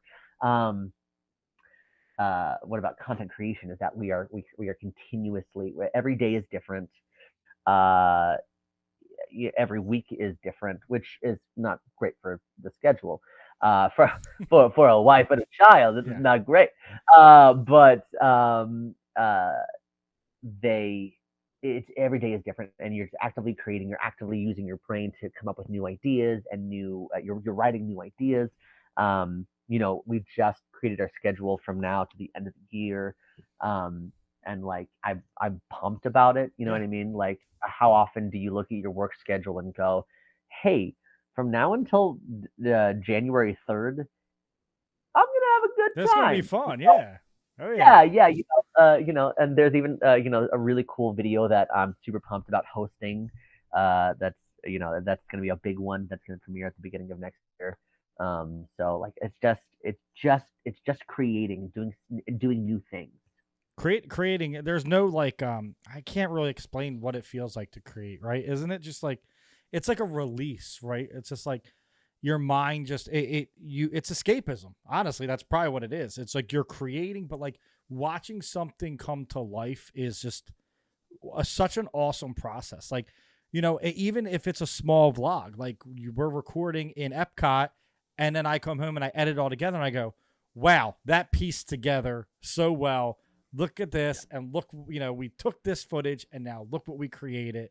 Look at these B rolls. Look at it's like, it's just like amazing, and it's art is what it is. Creation is art, and it's amazing. And even for non-creative people, like how I view, you know, these things, that you have a lot of different emotions and feelings and ideas in your head, and sometimes if you're not able to get them out, if there's not an outlet for that, it can start to be anxiety. It can drive up anxiety. It Yep. can drive up um, hormones and emotions and all those kind of things. So, and even for people who wouldn't consider themselves in the creative industry, they say, hey, well, what are you feeling right now? I don't know. Well, then just start Yep. writing, and like let something come out. And Yes. and it really is. I like what you said, it's a release, and what you're doing is you're releasing all these things, whether it be good, bad, hilarious, whatever. Yeah. It's a release. I could not agree more. Do you remember the first time being recognized in the park? uh, uh, it's funny. Um, I don't know if I remember the first time. I remember, because it's funny, because it's an established channel, right? Yeah. And I was Emma and I we came on around the same time. We're like about a month apart, um, and about 2.5 years ago, and we so like when we'd be filming with Quincy, and people would recognize Quincy. Yeah. So right away, it'd be like, "Oh, it's Quincy! Oh my gosh!" And so like then you would do this awkward thing where you're there and you're like, "Do you want me to take the picture of you guys? Like, I don't. What do you guys do?" And so it's just kind of like a Yeah. funny thing. And then like then you're now you're about a month in, and now they're like, "Oh my gosh, Quincy, how are you? Oh, I know you. You're the tall guy. That's Yeah. fun. All right." And then you're still like, "Do you want me to take a picture of you guys?" And then now you're about 6 months in, and now they're like, "Sage, I think It's Quincy. you're No. yeah, exactly. Quincy. I mean, Sage, you're here too, but Quincy. Oh, No, yeah, really, that's the that's and great. it's and so it was definitely a slow burn. I don't remember the first time, but I do remember one of the best interactions that I've had um, was actually at this past Food and Wine. It was this really, really incredible woman who is a cancer survivor, and she said that she has been keeping up with me since before I joined with All Ears. Oh my gosh. Just yeah, and just did loves our my wife and I singing and all these kinds of things, and just it like really kind of struck me as like a wow, I didn't know this, but we've had a relationship for a long time, Yeah. and Yep. it just kind of got me like, wow, this what we're doing is, oh, and she basically she said something along the lines of that, like, watching these videos definitely helped her through the hard time, and I said all the kind of things, and it's just it definitely got me, and so those experiences they just mean the world to me. Yeah, that's I mean, and at the end of the day, I always say that if I can make one person smile, and like, we look at analytics, we talked about analytics, we talked about complaining if the views don't come, the hits don't come. Right.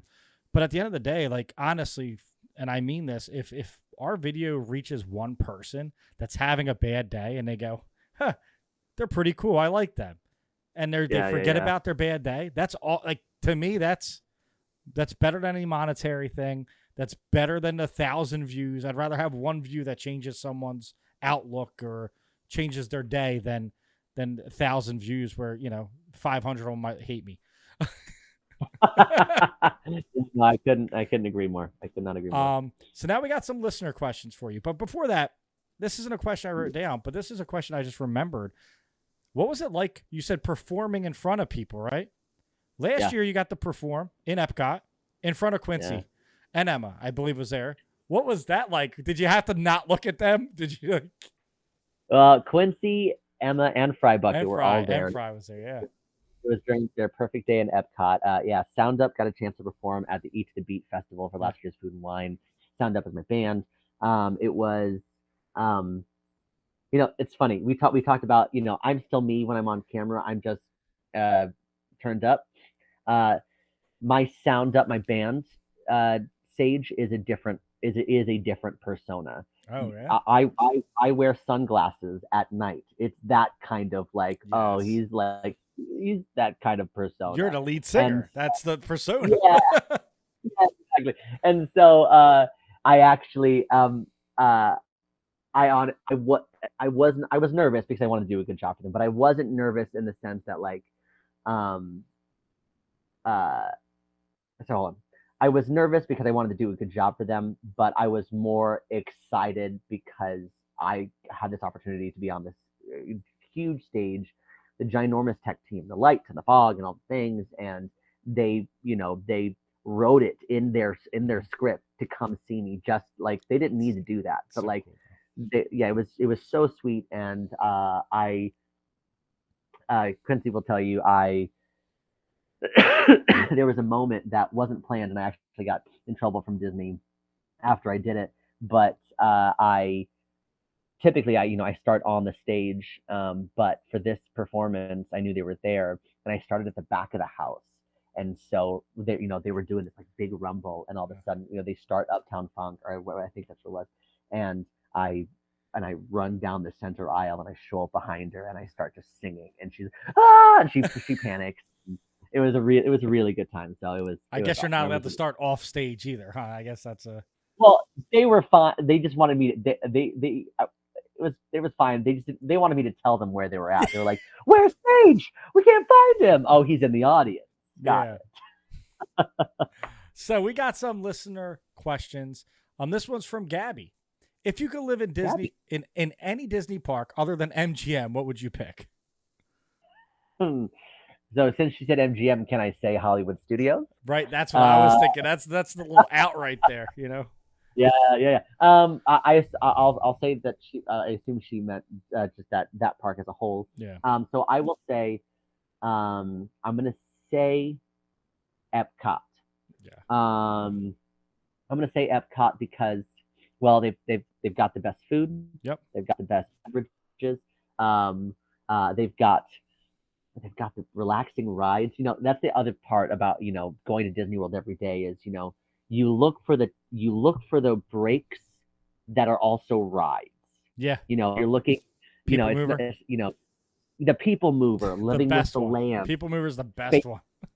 Yes, Spaceship Earth. You look for the rides that are a little bit of a breaks because even though we love the rides, they're a little bit of a breather. Yeah. And I love all those attractions. Definitely Epcot. Epcot's the answer for me. See, I thought Epcot, but then like if I have to live there, what gives you the most homey vibes? I would say Magic Kingdom.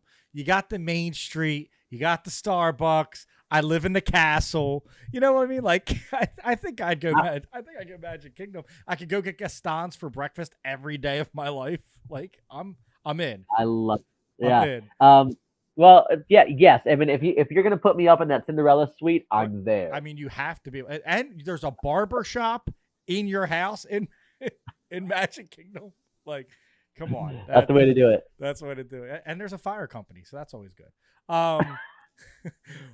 Maggie wants to know, what is your favorite all ears challenge or game that you've shot? We've already talked that. But what do you like better? Do you like hosting or playing? Oh, simple hosting. Now I like playing because because I think winning is fun. And if I get that's all. And and you know especially if when I play games, I tend to make them my own a little bit. Like when we just did capture the flag, I think it was our second round. I went full Liam Neeson Taken. I don't know what happened. Uh, I was Yep. on the phone with RJ, and all of a sudden I was like, I have a special set of Yep, skills. I I remember. will. It was wild. It was like, what's happening?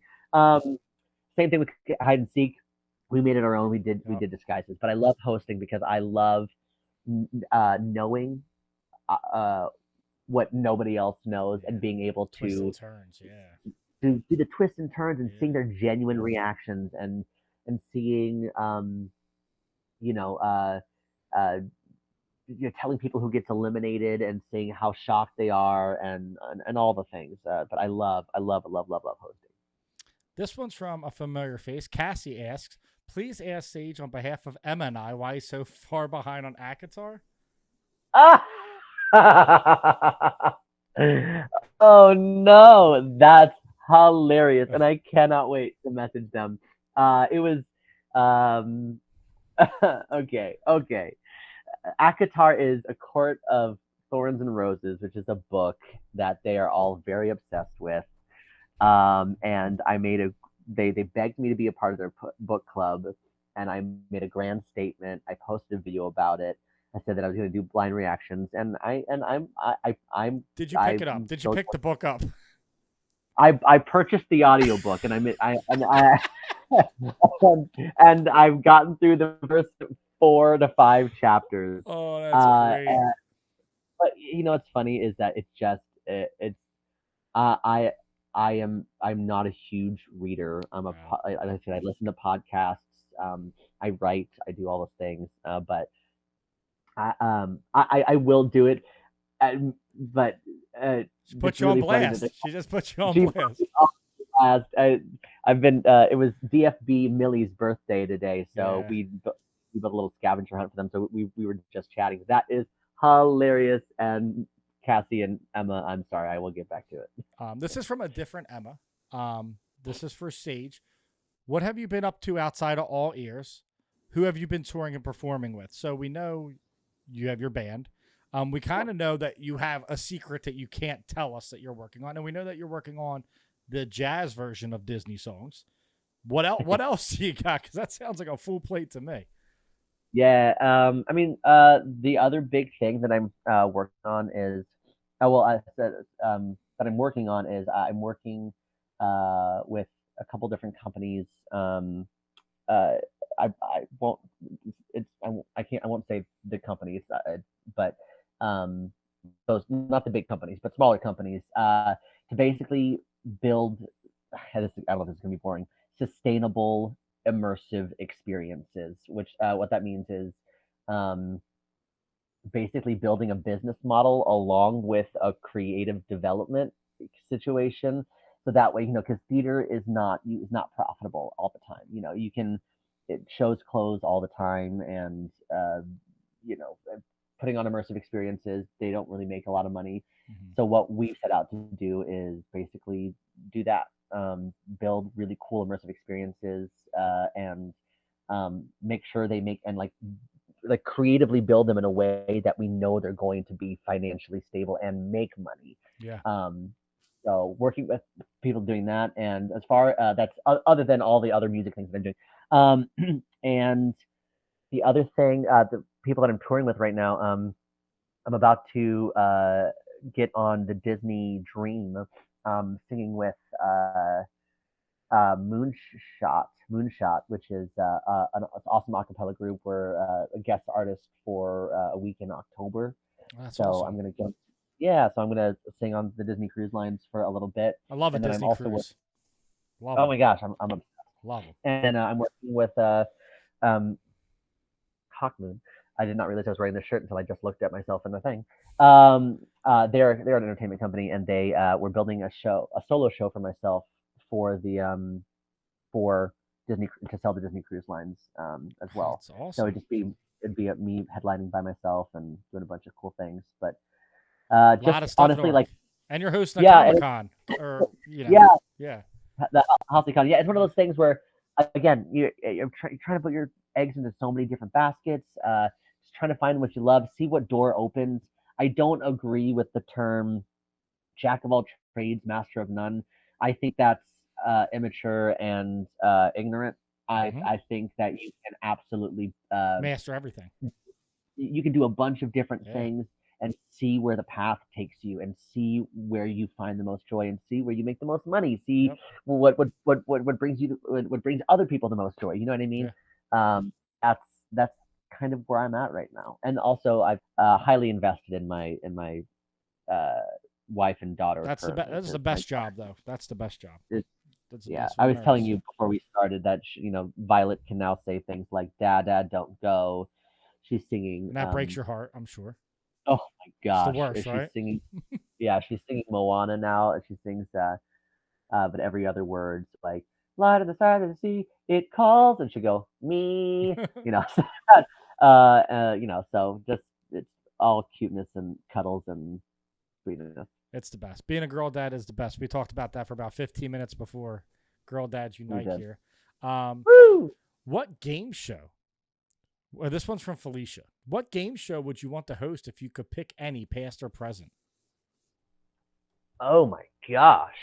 What game show? Does it is it can it be any, or does it have to be like on all ears? No, no, and like Something. I think legit, like you could be Bob Barker. I think I there are two. One is American Idol. Mm-hmm. I just think it's just such a it's kind of a throwaway answer, Yeah. but it's like the hosting gig. Yes. I also think because I can sing, like I think there's like some fun opportunities in there that Ryan Seacrest doesn't necessarily have. To hop in and start stealing Yeah, the thunder from people. exactly, That's a great exactly. solo. Let me harmonize real quick. Yeah. Hey, one more time from the top, but just I'll take it. And then the other one that I think would be really fun to host, just because this person does participate, is whose line is it anyway? Oh Uh, yes. I That I I didn't even love think that of that one. show. That's a great one. Yeah, I That's a love great that one. show, and sit behind the desk and you like come with funny things, and sometimes you run on stage when you have something funny and you get to do the thing and then you leave because you don't have the pressure of being funny the entire time. You can just like show up on stage when you want to be funny. Yeah. And I would love to do that. The other question from Felicia, which I think all of us have had that kind of thought. Can you coordinate an all ears musical episode? uh, I don't know if you've ever had this conversation with Breedlove, but Breedlove once pitched Little Shop of Horrors the musical, but like for all ears. But like I was like, okay, so like what's the pitch? Like how do we make it Disney? He's like, no, we don't. We just do Little Shop of Horrors the musical. Like, You should oh, just do the all greatest right, showman in Disney. yeah, There you absolutely. go. That's what you should do. We have talked about like Yeah. it's funny like we have people on our team who like have who like have nice voices but they refuse to sing and things like that. We haven't actually talked about doing a musical episode. We've talked about things like Breedlove, RJ, and I doing like a fun cover for like Spotify or something of like I Put a Spell on You for the Halloween season. that we thought would That'd be be fun. fun. It's like if we all did the Sanderson sisters, yeah. Uh, you know, Quincy and I sing silly songs in the car all the time as well. So like, it. But we have yet to put together a musical episode. But I will continue to push that for you, Felicia. You should do an American Idol episode, right? Where you have to sing, you have to be in a land, and you have to sing a song from that land. You, Bree Love, and RJ. The fans should vote, and then, whoever has the most points at the end of the 4 lands wins. There you go. Wait a minute.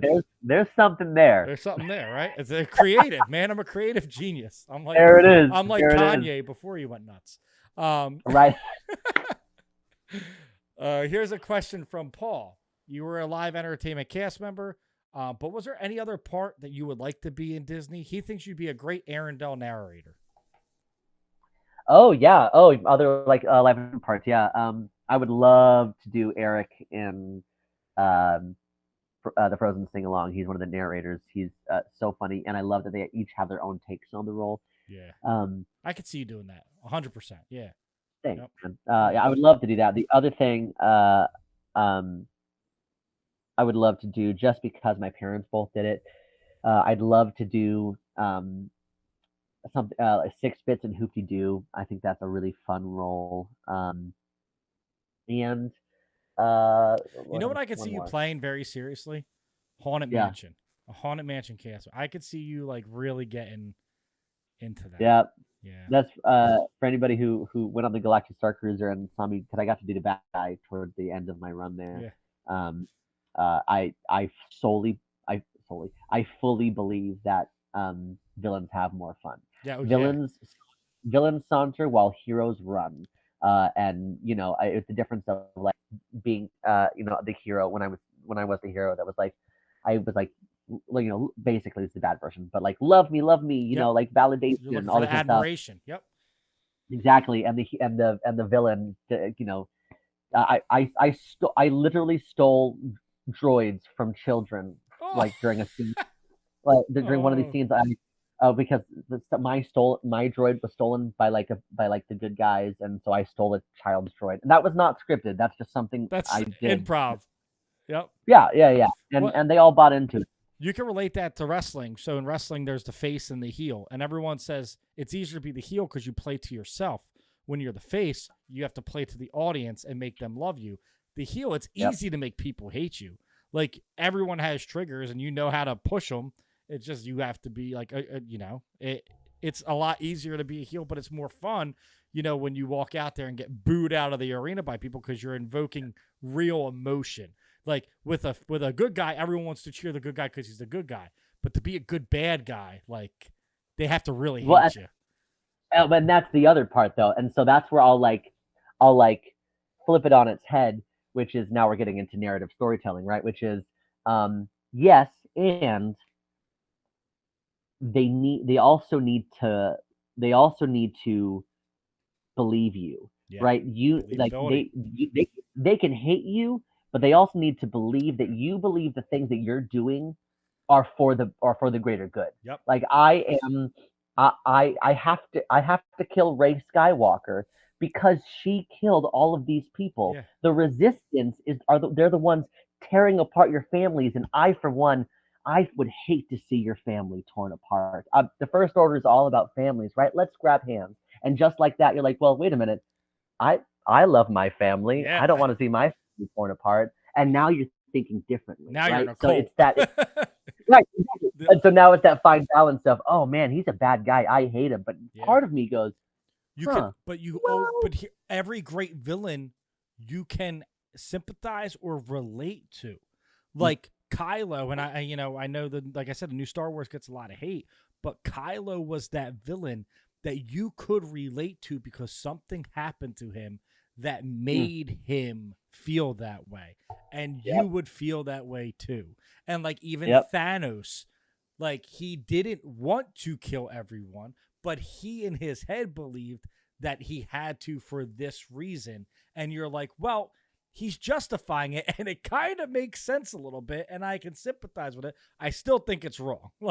But that's a good villain, is they evoke that oh, wait a minute, is he the good guy? Is he the, you know, like, and That was my favorite part about Star Cruiser is literally we backstage we would all talk to each other and like, oh, this lady's on like she's fighting for the resistance. I'm gonna see if I can flip her. I'm gonna see if I can. that has to be so much fun. Oh, it was so much That fun. has to be so much fun. So before we get out of here, we do a quick shot. It is whatever comes to your mind immediately. You say, there's only like 4 questions. So favorite Disney park, Okay. Oh, Hollywood Studios. favorite Disney food, Oh no, corn dog nuggets. I don't know if that's right. over spring rolls. You like the nuggets over spring rolls? I have not had a spring roll since I had to eat 4 in a Oh row. yeah. There was a video we did that 10-year-old planned my day. I have not had a spring roll since then. I remember I the don't. 10-year-old plan my day. That's when I was interviewing Quincy. She was telling me about that. Yep. Oh my gosh, yeah. I only say corn dog nuggets because I was literally there today. That's not true. So just let's pretend it's fine. We'll keep going. We'll go. All right. Favorite Disney movie. Hunchback of Notre Dame. That's like the 4th person that I've had like 7 of these episodes, and 4 of them have been Hunchback. And we actually went back and rewatched it because people were saying it so much, and it might be one of my favorites now. Coco still reigns supreme. Yeah, I just got a special place in my heart because of my parents. Yeah. So like I grew up with it. So That or Goofy movie. One of the Goofy movie's great too. All right, Yeah. so this one always ties people up. I legit cut the camera off one time and got a text message the next day. This is my answer, even though the episode was done, because they couldn't think of this. Something that you love that everyone else hates, Disney related. Here's an example. Mine, turkey leg. Wow. Okay. Here, heard. Something you love that everyone else hates. Pretty much unpopular Disney opinion. Yeah.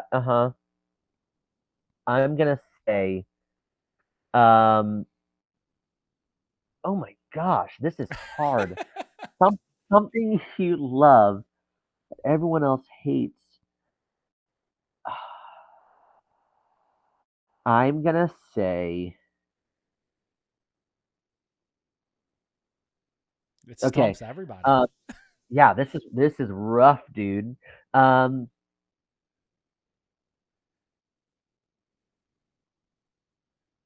How dare you? The only one who answered it quickly was Rob from Ear Scouts, because he did, his channel blew up because he was like the master of Genie Plus.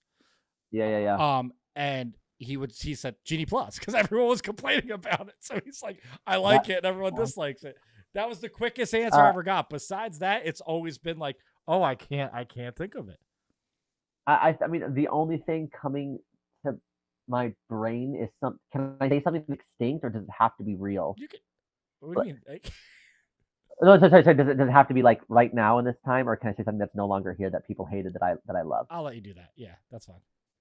Yes. Loopholes. I cheat. I'll answer both things. I loved the Goosebumps show. There used to be a whole Goosebumps show in MGM Studios. And people were like, R.L. Stein? Yes, there used to be a whole. Look it up, man. It was a stage show. The whole Goosebumps show. I used to love people hated Goosebumps. it. I loved it. Yes, it's the giant hamster comes out. It's awesome. The other thing that I'll say that people hate, a lot of people hate, but I feel like I've convinced people to like it, is the Coronado. A lot of people throw a lot of hate on Coronado Springs, the hotel. Wait, that's like my 3rd favorite resort.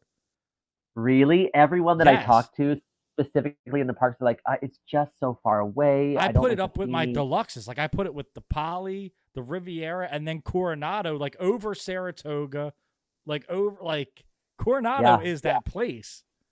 Yeah, I love Coronado specifically because I love Three Bridges. I love the Dahlia Lounge. Dahlia Lounge is amazing. Toledo is one of the most affordable but yet delicious dinners you can have on a Disney property. Yeah, I could not agree more. But yeah, the people that I talk to and the comments that we get, they're super medium about Coronado. I thought it felt deluxe with the amenities because it's kind of like a convention hotel too. So it has more like bars and dining, and I loved it. Yep. I love and that Yep. the new tower it's unbelievable. Grandestino Tower, I Oh, it's love. unbelievable. Yeah. Yeah, That, and I it's mean, the only place.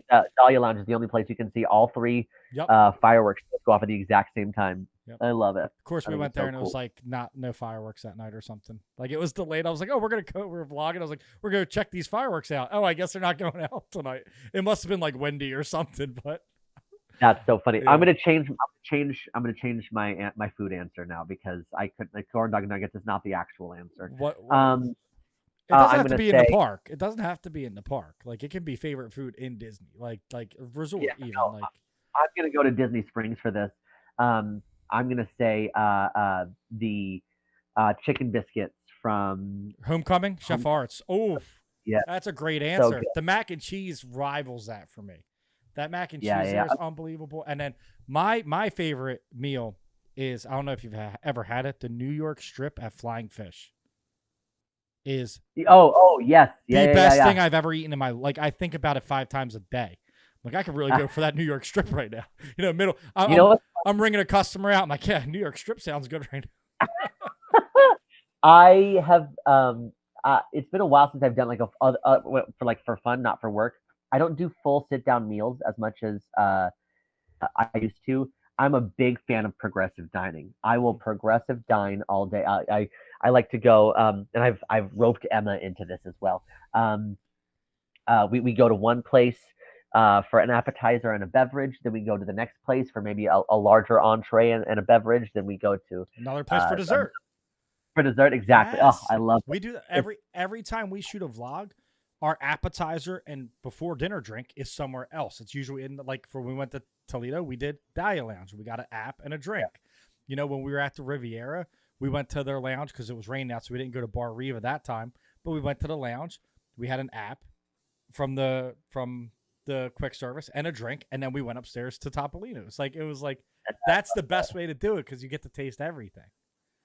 I exactly that, exactly that. Taste of everything. Yep. So I want to thank you for spending so much time with me for one, and coming on a show. It really does mean a lot to upcoming creators like us that you guys lend your time to us. The All Ears team has been phenomenal, and every single one of you have been great. We started as fans. We started watching during COVID. You guys really inspired us to do COVID or to do content and jump into the content creation world, which was a big leap for my wife. I was doing it, and this was kind of my last ditch effort to like, okay, if I'm doing content, I want to do it with you. Let's try this. And you guys really pushed us to like, we can do this and have the confidence. So we want to thank you for that. It really means a lot to us. And I'm sure other people, you've inspired a lot of people. A lot of questions I got are, how do I get a job at All Ears? We can't answer that. You can look online, I guess. But, Yeah. it's just super cool that you guys take the time and appreciate your fans and smaller channels and to collaborate with us. It really means the world. So thank you.